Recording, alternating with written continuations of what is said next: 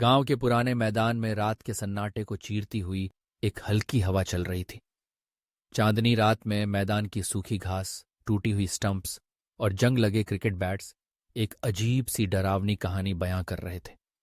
वहां के बुजुर्गों का कहना था कि यह मैदान अब भूतिया हो गया है।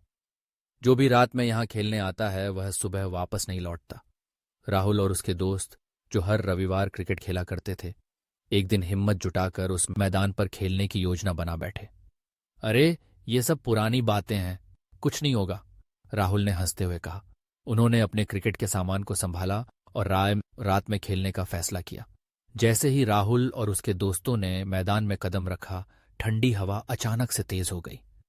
क्या तुम्हें लगता है कि यहां खेलने में मजा आएगा? एक गूंजती हुई आवाज आई। सबने देखा, सामने कुछ अजीब से दिखने वाले लोग खड़े थे। उनके चेहरे धुंधले थे और उनकी आंखें गहरी चमक रही थीं। हम भूत हैं और तुम्हें चुनौती देते हैं, एक क्रिकेट मैच खेलो।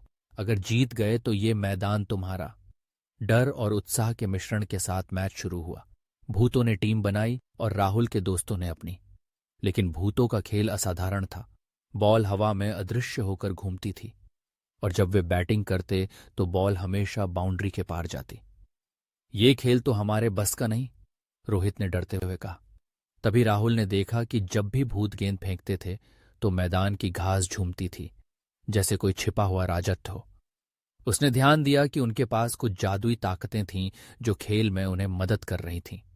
राहुल ने अपने दोस्तों को इशारा किया और धीमी आवाज में कहा, हमें उनके डर से नहीं, उनकी ताकत को समझकर खेलना होगा। उन्होंने अपने बैट को मजबूती से पकड़ा और मैदान की हर हरकत पर नजर रखनी शुरू कर दी। राहुल की बारी आई। जैसे ही भूत ने बॉल फेंकी, राहुल ने अपने बैट से एक जोरदार शॉट मारा। बॉल हवा में घूमती हुई भूतों की टीम के पास गई और अचानक से जमीन पर गिर गई।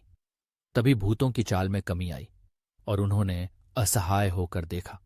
राहुल ने महसूस किया कि भूतों की शक्ति सिर्फ उनके डर में थी।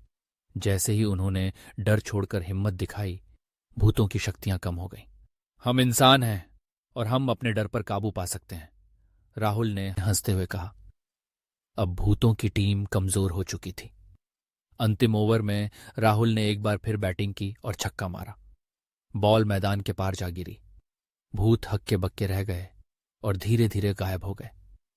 मैदान में अब सिर्फ राहुल और उसके दोस्त थे, जो खुशी से चिल्ला रहे थे। राहुल ने सबको देखकर कहा, डर हमें तब तक कमजोर करता है जब तक हम उसे खुद से बड़ा मानते हैं, लेकिन जब हम डर से मुकाबला करते हैं तो कुछ भी असंभव नहीं। अगले दिन से वह मैदान फिर से बच्चों के खेल से गूंजने लगा। ये कहानी हमें सिखाती है कि डर से भागने की बजाय हमें उसका सामना करना चाहिए, क्योंकि साहस ही वह कुंजी है जो हमें हर मुश्किल से जीतने की ताकत देती है।